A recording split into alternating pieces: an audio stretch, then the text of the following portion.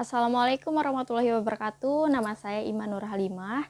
Saya mahasiswa semester 6 Prodi Perbankan Syariah Fakultas Agama Islam Universitas Muhammadiyah Profesor Dr. Hamka. Di sini saya akan membahas mengenai jenis-jenis resiko perbankan, baik itu perbankan konvensional maupun perbankan syariah. Jadi apa sih bank itu? Bank itu merupakan lembaga intermediasi yang menghimpun dana dari masyarakat dalam bentuk simpanan baik tabungan, giro maupun deposito dan menyalurkannya kembali melalui pembiayaan atau kredit. Lalu bedanya dengan bank syariah itu apa sih? Bank syariah itu bank yang menggunakan prinsip-prinsip syariah. Lalu pengertian resiko. Resiko itu suatu ketidakpastian yang berhubungan dengan kegagalan biasanya, atau kemungkinan di mana adanya ketidaksesuaian keadaan yang tidak berjalan dengan semestinya, seperti itu. Nah, dalam dunia perbankan pada umumnya ada 8 jenis resiko, yaitu resiko kredit, resiko pasar, likuiditas, operasional, resiko hukum, resiko reputasi, resiko strategik, dan resiko kepatuhan. Sedangkan dalam bank syariah itu ada tambahan 2 resiko, yaitu resiko imbal hasil dan resiko investasi. Kenapa sih di bank syariah itu ada 2 tambahan resiko? Resiko imbal hasil dan investasi ini ada di bank syariah karena bank syariah ini menggunakan prinsip bagi hasil, jadi dia memiliki 2 tambahan risiko ini, begitu. Nah, kemudian pengertian risiko ini. Yang pertama, apa sih risiko kredit itu? Risiko kredit itu risiko akibat kegagalan nasabah atau pihak lain dalam memenuhi kewajibannya kepada bank dengan perjanjian yang telah disepakati. Ini tuh biasanya saat nasabah memiliki kredit kepada bank, dia tidak dapat memenuhi kewajibannya, maka itu beresiko bagi bank, seperti itu. Kemudian yang kedua ada resiko pasar. Apa sih resiko pasar? Resiko pasar yaitu resiko pada posisi neraca dan rekening administratif akibat perubahan harga pasar. Ini antara lain resiko berupa perubahan nilai aset yang dapat diperdagangkan atau disewakan, seperti itu.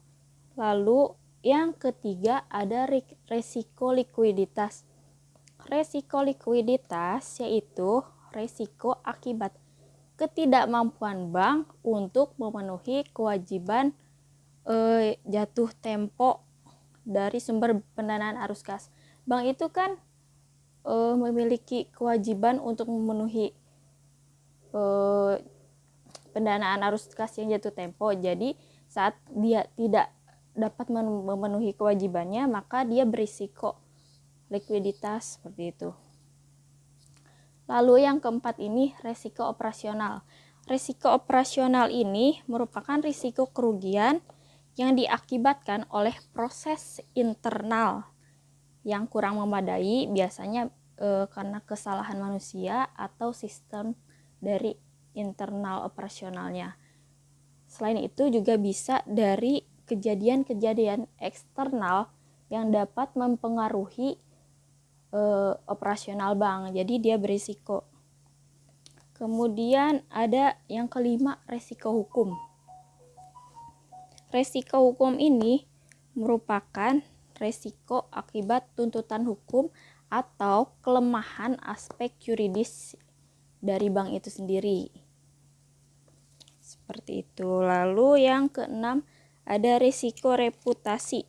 Resiko reputasi ini yaitu akibat menurunnya tingkat reputasi bank, kepercayaan yang dimiliki oleh bank ini menurun. Stakeholder ini memiliki kepercayaan kepada bank, tetapi bank ini reputasinya menurun, jadi dia berisiko, seperti itu. Kemudian Yang ketujuh ada resiko strategik. Resiko strategik yaitu akibat ketidaktepatan dalam pengambilan dan atau pelaksanaan keputusan-keputusan strategik bank. Lalu yang kedelapan ada risiko kepatuhan. Risiko kepatuhan yaitu resiko akibat bank tidak mematuhi atau melaksanakan peraturan perundang-undangan, atau kalau dalam bank syariah dia tidak melaksanakan prinsip-prinsip syariahnya. Jadi dia memiliki resiko kepatuhan. Lalu yang tadi dua tambahan di bank syariah ini ada yang ke-9 resiko imbal hasil, atau dalam bahasa Inggrisnya rate of return risk. Itu artinya risiko akibat perubahan tingkat imbal hasil yang dibayarkan bank kepada nasabah. Ini karena terjadi perubahan tingkat imbal hasil yang diterima bank dari penyaluran dana. Seperti itu. Lalu yang ke-10 ada risiko investasi.